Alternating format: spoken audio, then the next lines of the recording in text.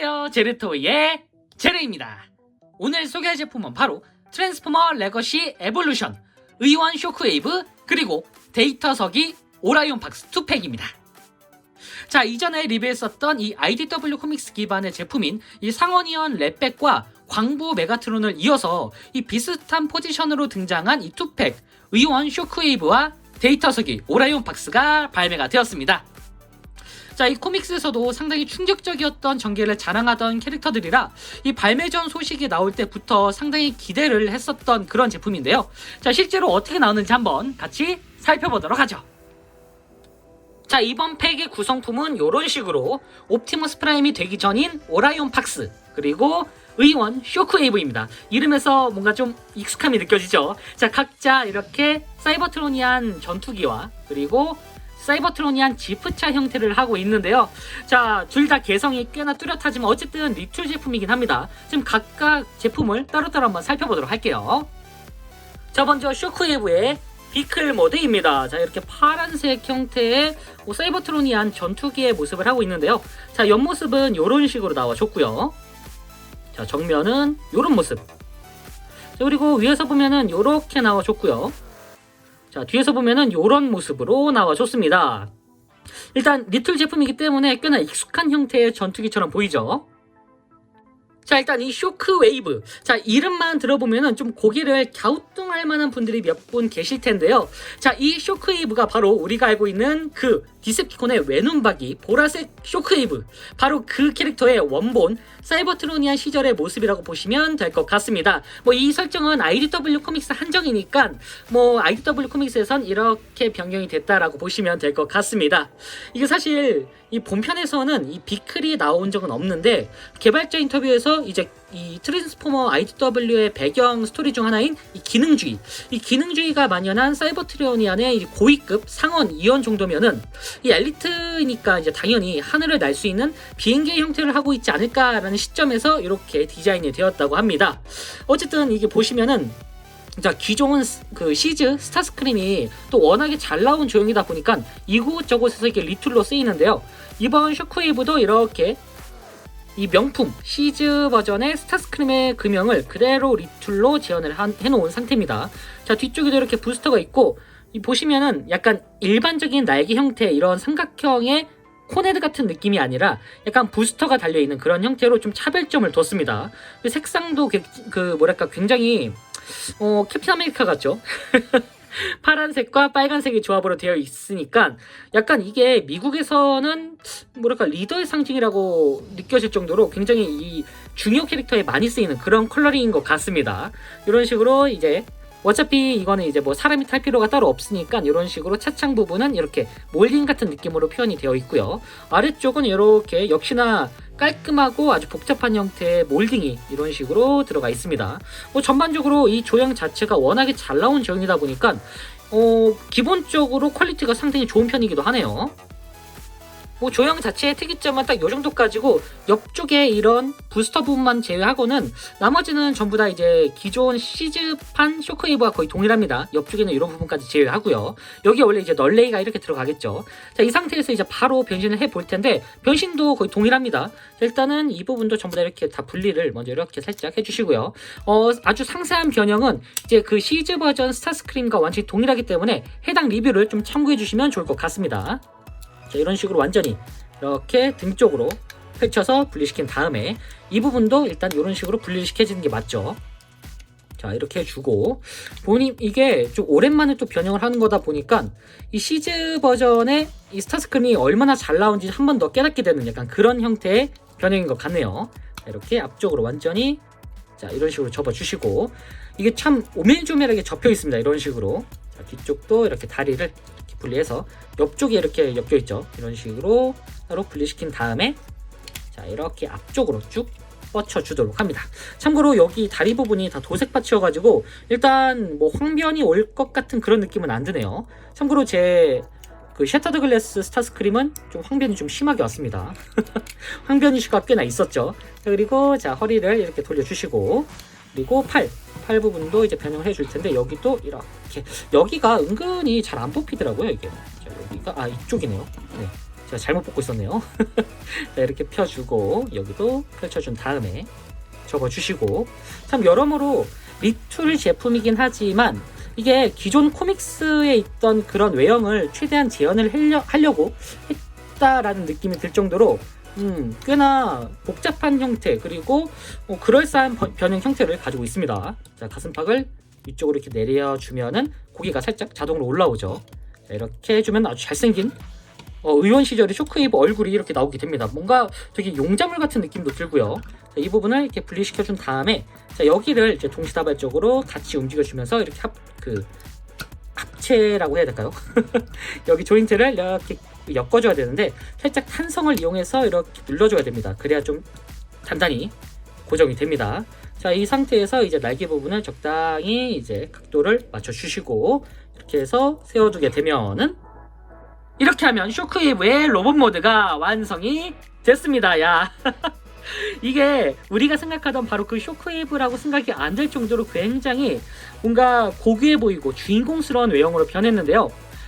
이 구성 자체가 명품으로 일컬어지는 이 CJ 스타스크림을 기반으로 하다 보니까 이 전체적인 디테일이라든가 퀄리티, 그리고 가동률도 그렇고, 가동률은 완전히 동일하겠죠. 이렇게 뒤쪽에 이렇게 들어가는 부분도 있고 그대로 이런 식으로 접힘도 가능한 그런 형태의 이제 가동까지 포함해가지고 굉장히 그냥 잘 나왔다라고 얘기할 수 있을 것 같습니다. 참 적절한 리툴 조형이라고 생각이 드는데요.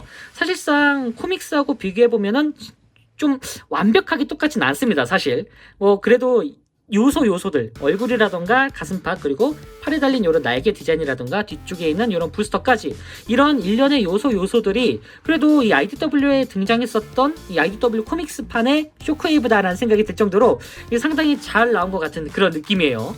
무엇보다 이 가슴팍 하나하고 이 얼굴 때문에 완전히 또 다른 캐릭터처럼 느껴지거든요. 그리고 무엇보다 특징이, 일단 기본적으로 이 의원 쇼크웨이브는 코믹스에서 이 스토리를 담당하는데 뭔가 그 정말 중요 캐릭터 중 하나입니다.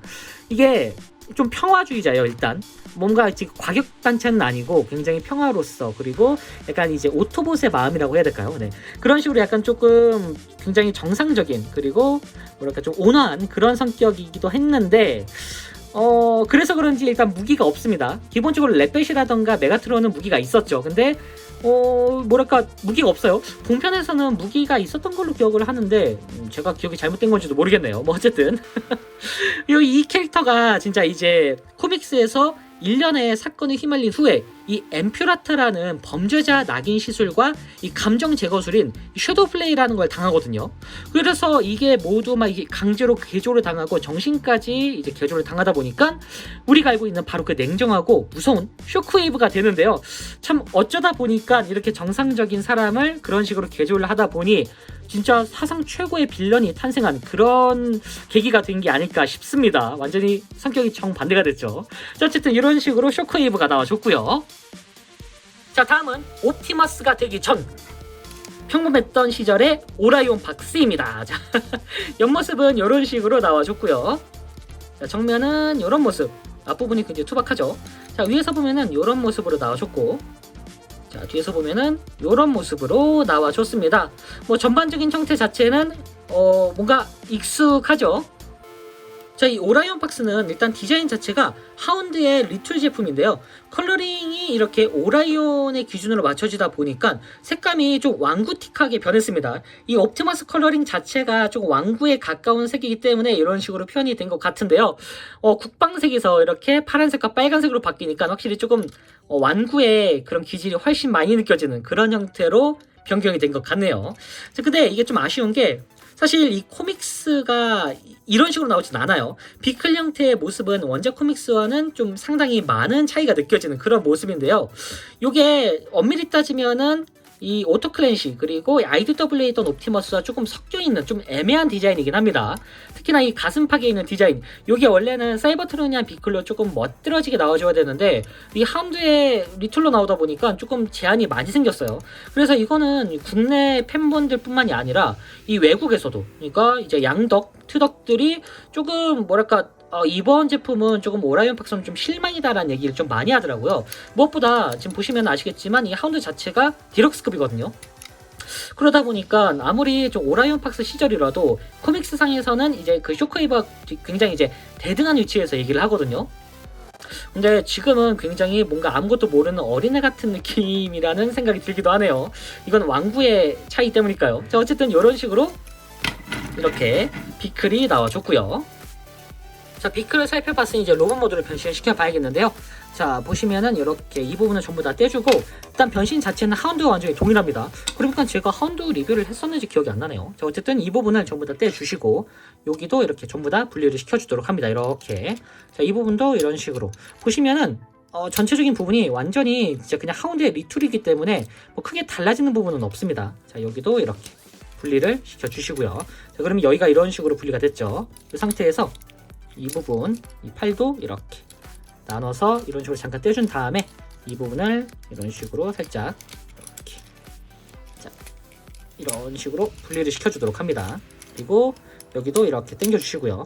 이렇게 반대로 여기도 이런 식으로 당겨서 다리를 만들어 주도록 합니다. 그리고 여기를 한번, 그리고 한 번 더 접어서 다리를 완전히 이렇게 만들어 주시고요. 이게 이쪽이다. 안쪽에 보시면 조인트가 있습니다. 그리고 옆쪽에 있는 이 조인트는 이렇게 발을 펴주고 옆쪽으로 이렇게 접어주면은 순식간에 한쪽 발이 완성이 됐죠. 자, 여기도 똑같이 이렇게 접어서 이쪽에다가 이렇게, 이 부분 보이시나요? 여기에 이 조인트에 맞춰가지고 이렇게 눌러준 다음에 이런 식으로 펼쳐주시고, 그리고 자, 이런 식으로 접어주도록 합니다. 자, 이렇게 하면 다리가 아주 자연스럽게 나오게 됐죠. 뭐 하운드랑 완전히 동일하기 때문에 뭐 그렇게 막 어렵진 않습니다. 자, 옆쪽을 여기도 이렇게 펼쳐준 다음에 이 부분을 이런 식으로 접어주시면 됩니다. 이 부분을 이렇게 안쪽으로 이런 식으로 접어주시고, 그리고 여기도 이렇게 접어서, 이쪽이네요. 네. 자, 이렇게 접어서 뒤쪽 여기 이 조인트에 맞춰가지고 이렇게 고정을 시켜주도록 합니다.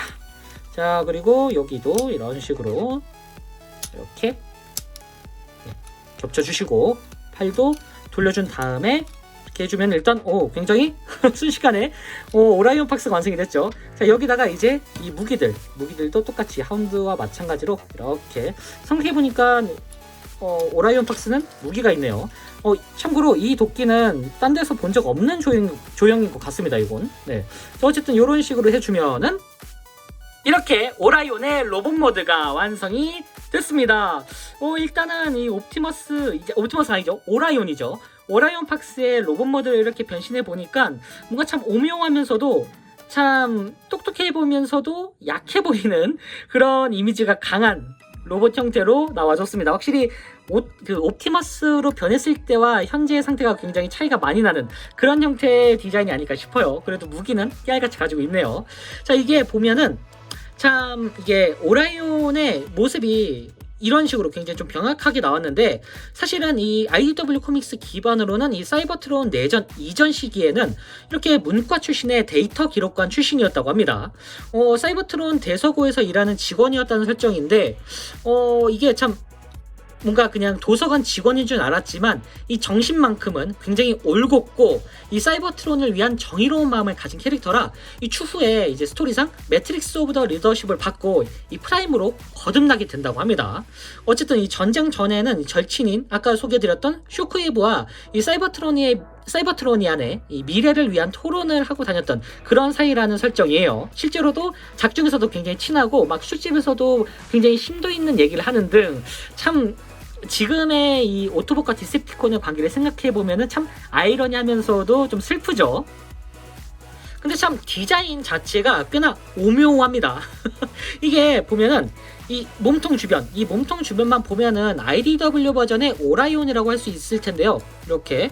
근데 얼굴은 또 이 보면은 이전 이 스포트라이트에 나왔던 오라이온의 맨 얼굴 디자인으로 이렇게 나와줬습니다. 이 맨 얼굴. 마스크가 없는 이런 형태.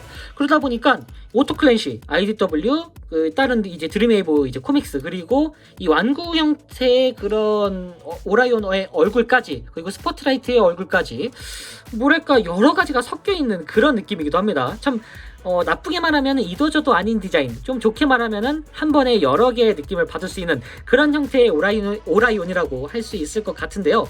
이게 이 부분에 대해서는 이 디자이너가 의도된 부분이라고 합니다. 근데 정확히 얘기는 안 했던 것 같은데, 다만 이후에 이제 IDW 디자인에 대한 거는 추후에 또 다른 방향으로 나올 수 있다고 한다니 이번엔 이렇게 사두고 나중에 또 어떤 식으로 나올지 살짝 기대를 좀 해봐야겠죠. 자, 그리고 이렇게 로봇 형태의 두 제품을 세워두면은 이런 느낌으로 원작 코믹스에서는 서로 좀 키도 비등비등 해가지고 진짜 절친의 느낌이었는데 이렇게 되니까 굉장히 형과 동생 같은 느낌이기도 합니다. 참 이게 좀 아쉬운 게 확실히 좀 신규 조형으로 보이저급으로 하나 나왔으면 어땠을까라는 생각이 계속 드네요. 자, 그리고 이전에 나왔던 랩백과 메가트론까지 합사하면은 이런 식으로 이 IDW 코믹스의 멤버를 이렇게 구성을 할 수 있는데요. 사실 냉정히 따지면은 이렇게 4명이 동시에 모인 적은 거의 없었던 것 같습니다. 아마 없었던 것 같아요. 네. 자, 근데 이게 아무래도 이 옵티머스가 워낙에 좀 작은 디럭스급이다 보니까 조금 차이가 나긴 합니다. 추후에 부디 이 오라이온만이라도 조금 이렇게 보이저급으로 다시 내주면 참 좋을 것 같네요. 이 둘 다, 이 셋 다 전부 다 이제 보이저급이다 보니까 좀 차이가 많이 나긴 합니다. 자, 지금까지 트랜스포머 레거시 에볼루션 험블 오리진스 2팩 쇼크웨이브와 오라이온 박스 리뷰였습니다. 자, 이전에 소개드렸던 이 랩백과 메가트론 세트와 더불어서 이 IDW 코믹스 세계관의 이 본격적인 완구 시작을 알릴 만한 아주 기념비적인 제품들이었던 것 같은데요. 이후에도 이 IDW 코믹스에서 등장했던 이 캐릭터들이 비록 리툴 제품이긴 하지만 차근차근 발매를 할 예정이라고 하더라고요. 확실히 이 레거시라는 타이틀답게 이 다양한 유니버스의 캐릭터들을 발매하려고 하는 걸 보니 이 트랜스포머 팬으로서는 상당히 만족스러운 제품 라인업이 아닐까 싶네요. 자, 이왕 이렇게 나온 거 이 IDW 코믹스에 나왔던 다른 캐릭터들도 모두 다 등장을 해줬으면 좋겠습니다. 자, 그럼 저는 다음번에도 좋은 장난감으로 다시 찾아오도록 하겠습니다. 안녕히 계세요.